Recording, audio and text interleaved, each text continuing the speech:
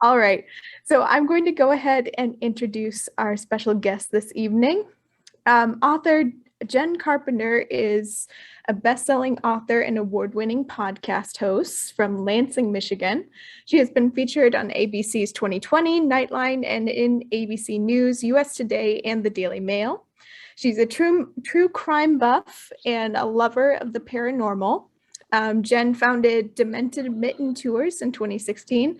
Since then, she has crafted and retold countless stories about hauntings and tragedies from her home state. Haunted Lansing, her first book through a major publisher, was released in 2018, and her offbeat podcast, So Dead, debuted in 2019. When she's not regaling the masses with her macabre tales, Jenn enjoys a quiet day at her true crime-themed bookshop, followed by a quiet night at home with her house full of boys and dogs. Her interests include researching weird history, collecting antiques, and binge-watching bad TV. And tonight we have the pleasure of hearing about her latest book, The Serial Killer Chronicles of Battle Creek. Welcome, Jenn. Thank you for joining us. Hello. I'm glad you could be here this evening. Yes, thank you for having me. Just as I hit the button, it's starting to storm so hard outside my windows. So I'm going to do my best to hang in with you guys.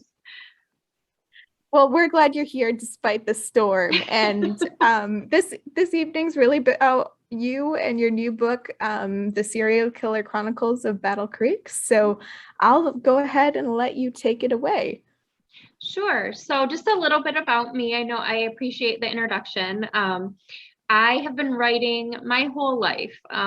Since I was a little girl, I wrote in all the contests in school. I was my high school newspaper editor. I was the editor at my college newspaper. I always wanted to go into journalism. And then life kind of got in the way. You know, I had kids and all that stuff instead. So more recently, in the past decade or so, you know, it's become much more possible for people that maybe don't have a background where they, you know, went to school for journalism and things like that to get into blogging and podcasting and all of that. And that's really kind of where all of this started for me. I was blogging about, you know, haunted places in my area, experiences I had. I would go seek out like haunted hotels and weird history and things. And I was first contacted by a publishing company about Haunted Lansing. They found my blog. They wanted me to write a book about my town. And that was really easy for me because I've lived here my whole life in Lansing. But the Battle Creek stuff was a little harder because I'm not from Battle Creek. And so it was all research based. And you just always feel kind of like you're missing something because it's not your hometown. So you don't, you know, am I saying this right? Am I spelling this right? As far as the Serial Killer Chronicles go, it actually didn't start out as a book project. It started out as a podcast. It was like a limited series, kind of a fun, quirky, weird, here's some weird history about Michigan. I never intended to turn it into a book. And so it's kind of fun that it took that route and now we're here. Yeah, it was a really interesting project to research. And, you know, the way you would tell a story if you're telling it verbally versus the way you're going to write it for someone to read is very different. So even though I felt like I knew it inside out by the time my publisher wanted me to make it a book, I still needed to, you know, dig a little more in and change some things. And so I feel like I just spent 2 years straight living in Kellogg land. It was pretty crazy, but it was a lot of fun.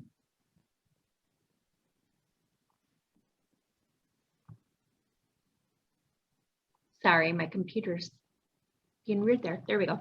Everybody disappeared for a minute. Yeah, so that's really the extent of how I got into writing and how I came to find this project. It was just, you know, for my podcast, I researched Michigan history, and I was, you know, sitting one night thinking about, you know, what's some stuff I'm not thinking of, what's some stuff that just hasn't been on the radar yet. And I was actually eating a bowl of Fruit Loops, and I was like, oh, the Kellogg's. What I believed and the rumors that go around about how and why they created cereal, you know, none of that stuff's really true once you get into the actual history of it. So when I did that, and when I was, you know, really kind of digging into their history, you know, the Kellogg story has been told so many times in so many different ways, and they did a lot of wonderful things for the world, but not all of their legacy is good. And I feel like the bad gets kind of glossed over quite a bit. And then to find that, you know, there are these other things that are connected to the Kellogg's, whether the family directly, the factories, the college, you know, that their legacy itself has some darkness to it. And then there are these other things that have happened to people connected to them. And it really kind of paints this picture of just this really dark legacy that the Kellogg's have been a part of. And it never really gets told that way. So I kind of wanted to shine a light on the dark stuff. So yeah, so that's where the book came from. Let me think. I'm trying to think of some fun stuff that I learned that's not in the book. You know, you guys, if you've read the book, then I don't want to rehash everything that's in it for you. But one really interesting thing I actually just learned that's not in the book. You know, I've done a lot of research on Charles Lindbergh. He was born in Detroit, so he's got Michigan ties. He wasn't from Detroit. People say that a lot. He wasn't. He was from Minnesota. His mom's family was from Detroit, and she came over here specifically to give birth to him because she had doctors in the family, and then took him right back home. So I was researching him and doing some research on the Lindbergh baby, and you know, Charles Lindbergh was very involved in the eugenics movement, as was Dr. Kellogg. And so I was looking to see if there were any connections, you know, had Lindbergh ever been to the sanitarium? And I actually found an old newspaper article. The sanitarium was searched for the Lindbergh baby when he was missing. So I'm just like, it's all connected, you know, there's just so much history. And, you know, today, a facility like the sanitarium would be all over the news and everybody would know about it. And it feels like it was such a big deal back then. And then the history of it has kind of just fallen to the wayside. And so it was really interesting to dig into that. You know, I was obviously specifically looking for deaths at the sanitarium. And there was the big fire, which I'm going to read you guys a chapter, well, not a whole chapter, that would take a while. I'm going to read you guys a little bit about that. But there were other things, you know, there were patients that would just, I don't know if any of you have ever seen the movie, The Road to Wellville. If you haven't, you have to. Dr. Kellogg is played by Sir Anthony Hopkins, and it's just one of the weirdest movies ever. So I was looking for, you know, just strange things that have happened. And in the movie, it shows all these really weird contraptions and people being electrocuted and this and that.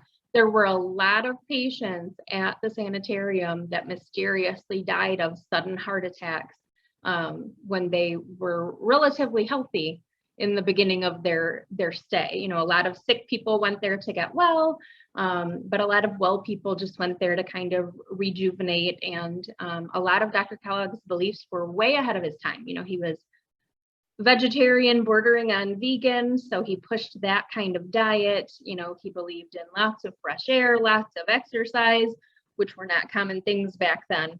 But then there was some wacky stuff too. And so to see that these people that Amelia Earhart, another one, just kind of for example, she would go to the sanitarium to refresh before a big flight. And so healthy people were going to the sanitarium and they were dying of sudden heart attacks. So it kind of gives you a little bit of pause about what exactly was he doing to these patients, what kind of treatments. If you look up pictures from the sanitarium, there is some crazy stuff. One of the crazier stories I read was about an outbreak of botulism. So at the sanitarium, they grew all of their own produce. They didn't do a lot with meat, but so pretty much they were self-contained, or so they said. And there were, I believe, 3 cases of botulism, people that died from botulism at Blodgett Hospital in Grand Rapids in a very short period of time. So investigators started looking into it, and they found that the spinach had come from this big factory in California. So then they start tracking, you know, where did all this spinach go? A whole bunch of it had been sent to the sanitarium, which they thought was weird because the Kellogg's made all of their own food and they did all of their own growing and processing, and yet they're getting canned spinach from California. So they went to the sanitarium to investigate, and they were like, you know, yeah, a few of our employees have died recently, but I don't think it was the spinach. And so literally they were killing patients and employees with food, and they did this big cover up. And it was just kind of weird when I'm looking for, you know, the really dark and murders and sinister things, that it was actually spinach that killed the most people at the sanitarium. Let me try to think of some others. Just a lot of, you know, the story about cereal being created by accident. I don't know if you guys have heard that, but a lot of people say that it was created by accident. It wasn't. It was an intentional food that the Kellogg's were trying really hard to get to. The way they finally got there was a bit accidental. They basically let some of their dough go moldy, and it finally gave them the result they wanted. And they were able to make flaked cereal, but cereal was always the intention. Fruit Loops, not really. Dr. Kellogg would be rolling in his grave. Like, he was very, very big into health. But I don't even, the rumor that they created cereal as a way to distract people from pleasuring themselves. I've heard that one a lot. People ask me that one a lot. And it seems like, you know, a couple different stories are getting mixed together. Dr. Kellogg did create cereal as a health food for the patients at his sanitarium, and he was very anti any sort of pleasure, and he had some very dark ways that he went about trying to stop people from doing things like that, and that's covered in the book. But he did not promote those. He did not create cereal to get to that. So but I'm just kind of rambling here. I want to read you guys a little bit from the book, because, you know, Dr. Kellogg, sanitarium was, you hear the name Kellogg now, you think cereal, but for Dr. Kellogg, it was really all about the sanitarium and people's health and wellness. And that was his life. The sanitarium was his life. And in 1902, the original sanitarium building burned to the ground, origins unknown. So I want to read to you guys a little bit about that, because this was actually my favorite chapter in the book to research. Okay. It's called Things We Lost in the Fire. On February 18th, 1902, Dr. Kellogg was on a train headed for home following a lecture series in California. Just before midnight, the train stopped at Chicago's Central Station. Dr. Kellogg got off to walk around and stretch his legs for a bit. He was approached by a reporter, which was not unusual at first. Battle Creek is less than a couple hundred miles from Chicago, so Dr. Kellogg's celebrity was well known in the Windy City, so it wasn't weird for a reporter to, you know, walk up to him and want to talk to him or ask him questions. Dr. Kellogg, the reporter asked anxiously, "Are you going to rebuild?" A bit confused, the doctor responded, "Rebuild what?" The reporter was stunned, faced with the unenviable task of breaking the news to Dr. Kellogg. "Don't you know? The sanitarium burned down last night." Less than 24 hours earlier, night watchman William Hall was making his rounds at the SAN, which is what they called the sanitarium, when he discovered a fire raging in the pharmacy's basement. At approximately 3:30 in the morning, on February 18th, he sounded the alarm of Battle Creek Fire Station number 2. Firefighters were on the scene within minutes, but flames were already exploding from the windows of the pharmacy and the attached bathhouse. They extinguished the fire at the small building quickly, but as they began to roll up their hoses and put their equipment away, they made a horrifying discovery. Just after 4 a.m., the ground began to rumble, and firefighters found themselves waist deep in warm earth. The ground beneath their feet was literally melting because the fire wasn't contained to the pharmacy building. It was in the tunnels underground. How do you fight an underground fire? You don't. There were 307 guests at the SAN when it began to burn, many of them disabled and in wheelchairs.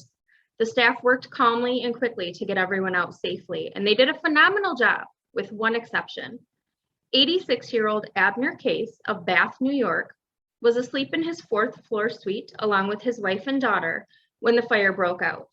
He was being treated for chronic dyspepsia, or indigestion. The fire awoke Mrs. Case and her daughter, and they tried in vain to stir Mr. Case. He awoke disoriented, and he didn't quite grasp the severity of the situation. When his wife told him they had to go, he refused, insisting instead that he needed to kneel beside the bed to pray. As the fire roared closer, Mrs. Case and her daughter made the heartbreaking decision to leave Mr. Case behind. Once outside, both women were hysterical. Staff Dr. Howard Rand ran back inside in a last desperate attempt to save Mr. Case.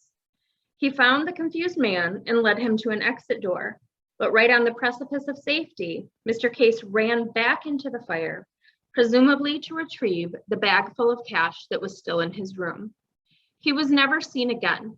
A single human bone, a fragment of Mr. Case's humerus bone, was found by SAN staff a few weeks later.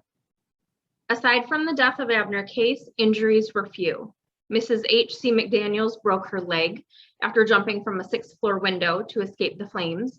She landed on the rooftop of an adjoining building and was saved by firefighter Laverne Fonda, who threw Mrs. McDaniels over his shoulder and slid over the edge of the roof to an awaiting ladder, delivering her to safety. He then went back and he rescued Mr. McDaniels as well. 3 firefighters were injured in the blaze, but none too seriously. The fire raged for hours and was seen as far away as Kalamazoo. In the light of day, the devastation was breathtaking. Nothing larger than a 10-foot tall section of wall here or there remained standing. It was all gone.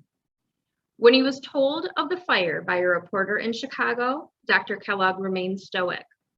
"We will rebuild everything," he confidently assured the man. When he returned to his seat on the train, he collapsed and could barely hold back his tears. He later said he felt like his best friend had died. His life's work was gone. But by the time his train pulled into the Battle Creek station, Dr. Kellogg had already drawn up plans for a new building, a bigger, better, fireproof version of the SAN. Before he could look to the future, though, the elephant in the room had to be addressed. What caused the fire that destroyed the Battle Creek Sanitarium? So the fires, known at the time as the West End fires, were probably my favorite part of the book to research because, everyone knows about the fire at the sanitarium. Everyone knows about the fire at the orphanage that Dr. Kellogg ran, which is also covered in the book. But what I didn't find covered in a lot of places, there was another fire at a building called the Review and Herald building, which was a publishing company that Dr. Kellogg and the Seventh-day Adventists ran together, just like they ran the sanitarium together, just like they ran the orphanage together. But there were a total of 7 unexplained fires of buildings that were owned by and operated by the Seventh-day Adventists, and most of them were of suspicious origin, to the fact that I found old newspaper articles where the fire chief was quoted as saying, "There's something suspicious about these SDA fires." So what it boils down to as, Dr. Kellogg started out as a tool for the Seventh-day Adventists. He was, they sent him to medical school. He was supposed to be their doctor that ran their sanitarium, and he came in and kind of took over and became this big world-renowned celebrity. And as his relationship with the church began to devolve, suddenly all of the buildings that they owned together and ran together started burning to the ground. And a lot of people don't like to hear that. And, you know, there's a million different theories. Buildings burned all the time, especially back at the turn of the century. But it is suspicious. It was suspicious at the time to fire inspectors and police, even though they were never able to prove anything. And looking back now, reading literature on it, going through old newspapers from the time, definitely seems suspicious there. So that was kind of the most interesting part to me to read, because all of the, you know, accidental deaths at the sanitarium due to heart attacks and bad spinach and things like that, there's nothing really sinister there. But buildings burning and killing people, when the orphanage burned, 3 children were killed. That's a whole different thing if those fires were set intentionally. So yeah, that I think was probably the most interesting part to me to research. And I guess I'm open to any questions anybody has, or anything that you guys want to talk about the book. You know, the first half is all about the Kellogg's. The second half is about true crimes connected to the Kellogg's. That was also really interesting. Some of them I already knew, and a couple of them do have books written specifically about those cases. But again, you know, the Serial Killer Chronicles was a way to kind of put everything together as one big piece of, look at some of the things that happened when the Kellogg's were building their empire, and then look at some of the things that happened within that empire once the Kellogg's were gone. Because, you know, they've been dead a long time, but everybody knows the Kellogg's and their legacy now of, you know, sugary cereals and snacks. That's not what they intended, but they've also got this legacy of people connected to them meeting pretty tragic fates. And so that's covered in the book as well.